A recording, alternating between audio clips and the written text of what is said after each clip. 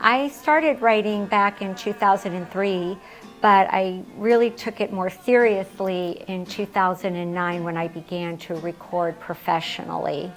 I started out as in worship.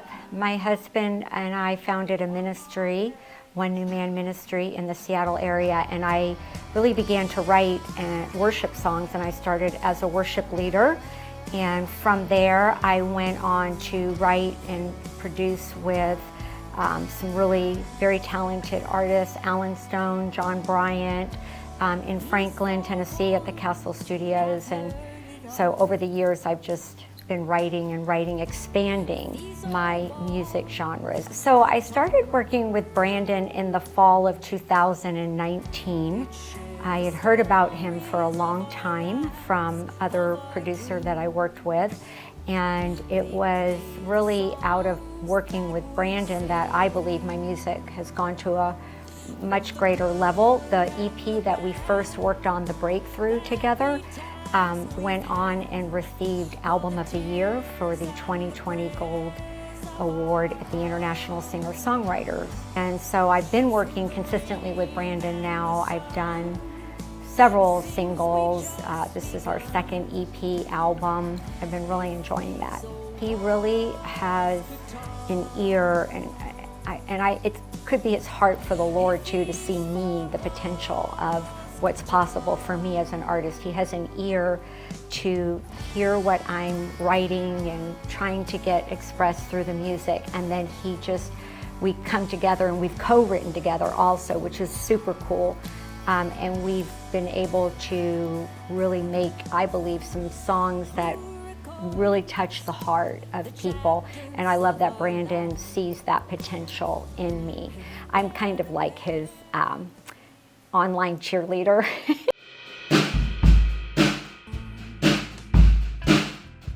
I've been producing about 20 years now.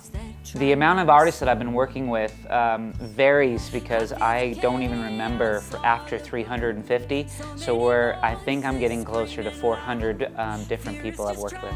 Lisa has a real heart to share truth that comes from her heart. And she believes in God, and so the truth that comes out is godly truth.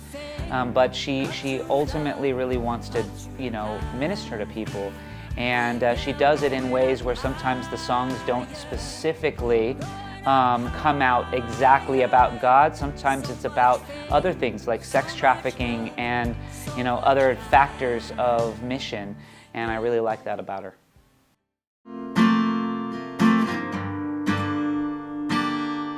I think you have a couple different messages going on, but mostly that there's hope. I think you just have a ton of songs that are talking about hope and bringing people to a place where they understand that hope is what they need. Mm-hmm. And I love the song Hold Your Candle.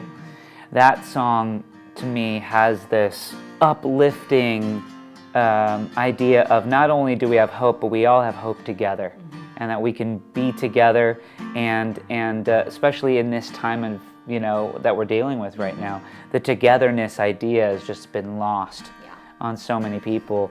And that song to me is like an epic.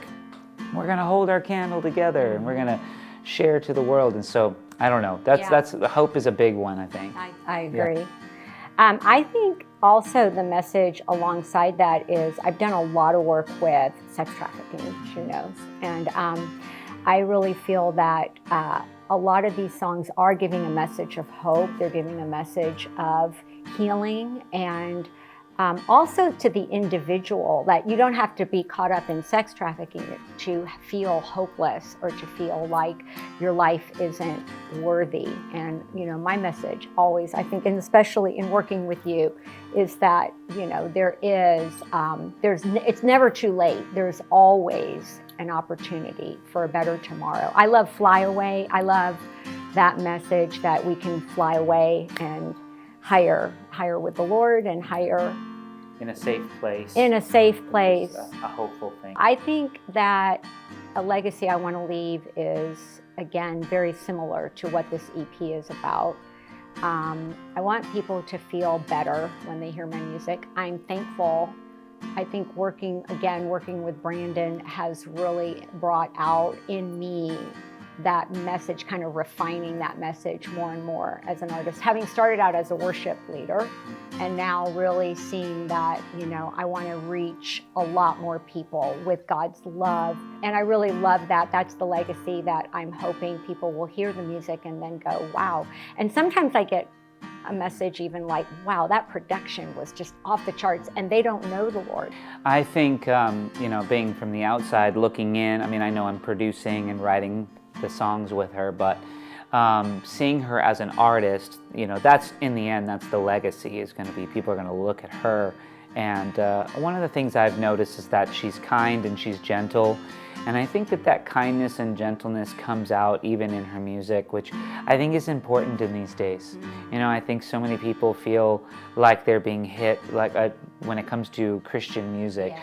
A lot of people feel like they're being hit by swords, and being judged and being hurt all the time. And there's nothing about your music that ever really pushes people to think that you're trying to change them outside of just trying to share the love of Christ with them. Yeah, which pretty is good. cool. So that's and a cool that's legacy. because I got to write with him. Oh yeah, I appreciate it. It's Cool. true. Yeah. And what